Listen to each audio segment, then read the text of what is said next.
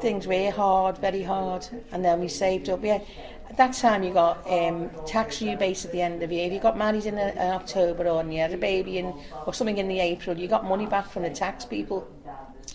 And we both got these tax rebates, which amounted to about £95, which was a fortune. And we put that in the bank. I mean, we never had money in the bank. And we managed to save up a bit more. And I think we had about £120 saved. And then things started getting, after about 12 months, me and his sister started, like 2 women in the same kitchen, didn't get on. So we started looking for somewhere to live. And we had £100 deposit and we found a house in Grosvenor Road, which was absolutely awful. I mean, you'd slam the front door and the windows would come out. You know, you'd have to run around the side and push the window back in.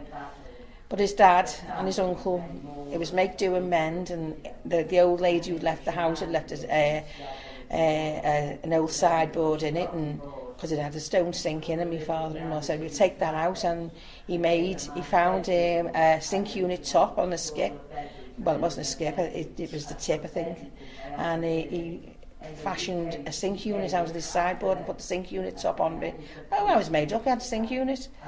And he built a few cupboards for us and we lived in there. And eventually we got a grant. And I had Stephen in the March. And God, I was living with his sister then, and I hadn't a clue how to look after a baby. Didn't have a clue.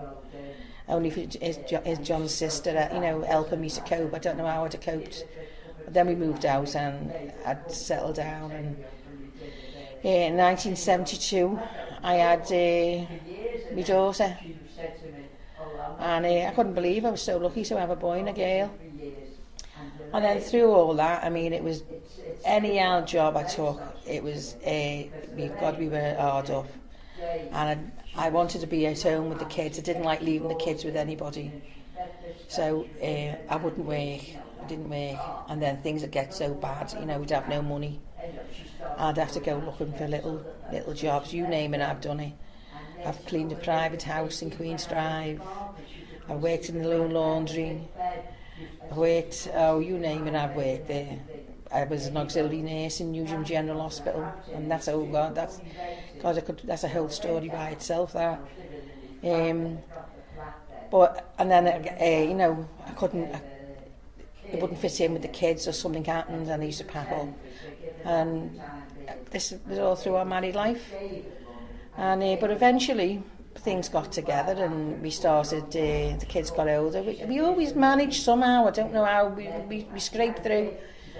And then we moved from Grosvenor Road and we bought a bigger house in Claremont Road, and for the first time in our lives then we seemed to have a bit of money.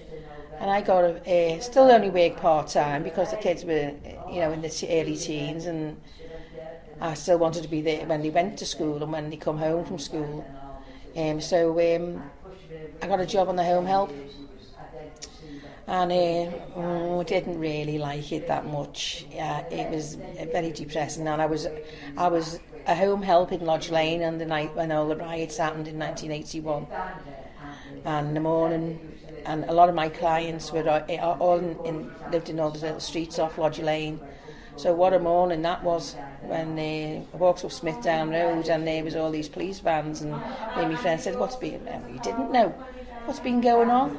What's happened? And people saying, have you heard? There's been riots. Riots? What riots? Never heard about any riots. And then when we got to the top of Lodge Lane, where I think it was a Tesco's, it had been looted, and there was stuff all over the floor, shopping trolleys all in the middle of the road. Washington Road. And I couldn't get home to my flat for 2 weeks. No, it was, so the police stopped us and he said, where you going? He said, you can't pass. It was all cordoned off. I said, we're home helps, we need to go and see to our clients, So they let us through, and God, it was like Beirut. It was absolutely awful. It was hard to believe. It was unbelievable. I mean, you hear stories of the war.